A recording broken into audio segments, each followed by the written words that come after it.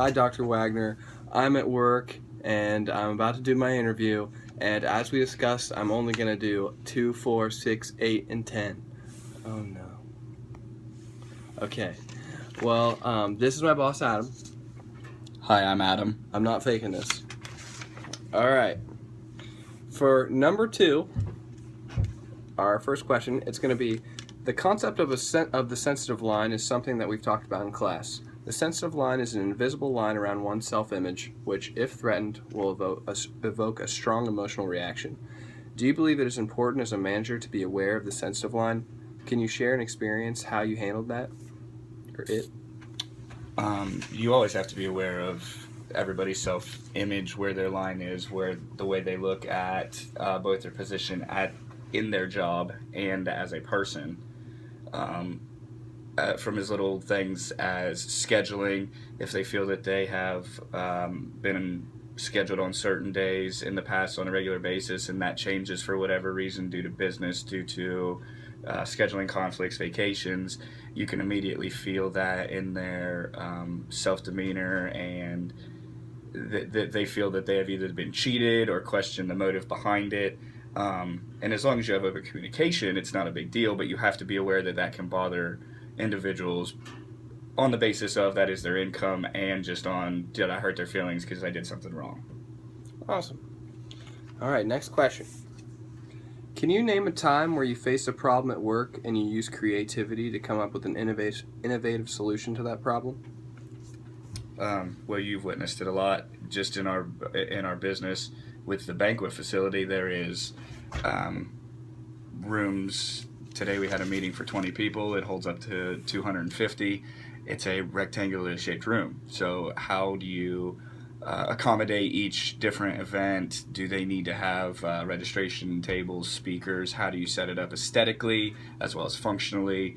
Each day is its own challenge as far as getting those creativity for things fixed up, as well as how do you keep everything progressing on a on a functional basis, whether it's during the busy times or the slow times. You have to keep the staff organized, proactive, so that they don't, get those idle hands. We don't like that. Awesome. I'd say we definitely have to be creative a lot here. All right, next question. How do you handle managing and gaining the respect of subordinates that are older than you? Currently, I don't really have any, and I don't know if that makes me old or not, but in the past, I just deal with it by being confident in my abilities and of what I know. I know each and every part of this business because I started at the bottom and worked my way up. So being able to show them that I've done it, I know how to do it, I was willing to do it, I also then expect the same out of you, I think creates a kind of mutual respect. And then the longer they've been here, they see that I do know what I'm doing, and there's not that that kind of worry on their behalf. Yeah, I definitely think I see you working along with the team a lot, so. Well, and that's a goal. So I think it makes, if I'm willing to do it, it makes you guys work that much harder and that much faster. And it kind of it's a teamwork thing. If the boss is willing to do it, then the staff is willing to do it. Exactly. All right, next question. 2 employees have a serious conflict. What are the steps to solve this problem? Whew. Hopefully we never get to a serious conflict and we can kind of wash things out before it gets to that point.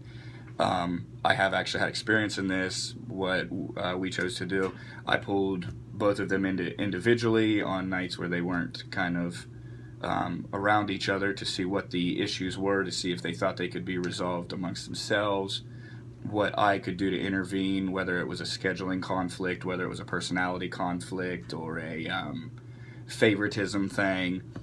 And then in the end, I brought them together and we sat together with the management team and the employees and worked out a reasonable solution. And I won't say with an ultimatum, but with the end all of, in the end, you're here to work. You've got to get your job done. And so I've been fortunate enough that it has been a fixable problem thus far. I haven't had anything that was really over the top and had to let anyone go due to a personal issue of employees. Awesome, good answer. Number 10. How important is it to encourage teamwork as a manager, and why? Well, we kind of covered this a little bit. I think everyone's happier when they're working as a group. No one feels isolated. No one feels that they have to do more work than anyone else. If everybody's doing a little something to get towards that common denominator, which is making money and going home at the end of the night, it gets done quicker. It gets done with better moods. You're more likely to come back tomorrow wanting to come to work, because my goal is for each of you to come to work happy and excited and ready to work, not, oh my gosh, I have to go to work today. Because we've all had those jobs where it's, oh my gosh, I have to go to work today. This is one where I think for the most part everybody comes in as part of the team and like, what can I contribute so that we can all be successful? Because when we're all successful, we're all happy. That shows, and especially in the service industry, it promotes just a happy atmosphere for everybody, including the clients and our membership, which is what the goal is in the end. Great. These are all really good answers. That concludes my interview because we're running out of time because I'm Running almost out of out of memory. I guess that's it. Thank you very much, Adam. Absolutely. Dr. Anytime. Wagner.